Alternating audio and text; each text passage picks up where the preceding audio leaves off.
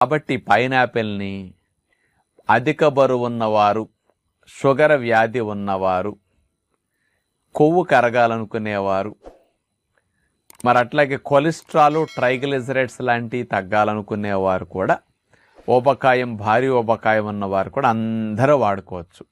ఎవరికి ఏమి ఇది తినకూడదనేమీ లేదు.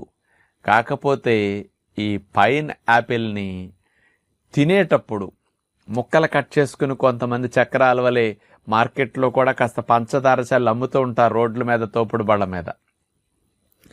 అలా తినేటప్పుడు ఏదో 1-2 ముక్కలైతే పర్వాలేదు, కానీ ఒక 2-3 స్లైసెస్, 4 స్లైసెస్ అట్లా పెట్టుకుని ఎక్కువ తినేసినప్పుడు ఏమవుతుందంటే ఇందులో చిన్నటి పీచు పదార్థాలు నూగుగా ఉంటాయి, కొంచెం షార్ప్గా ఉంటాయి.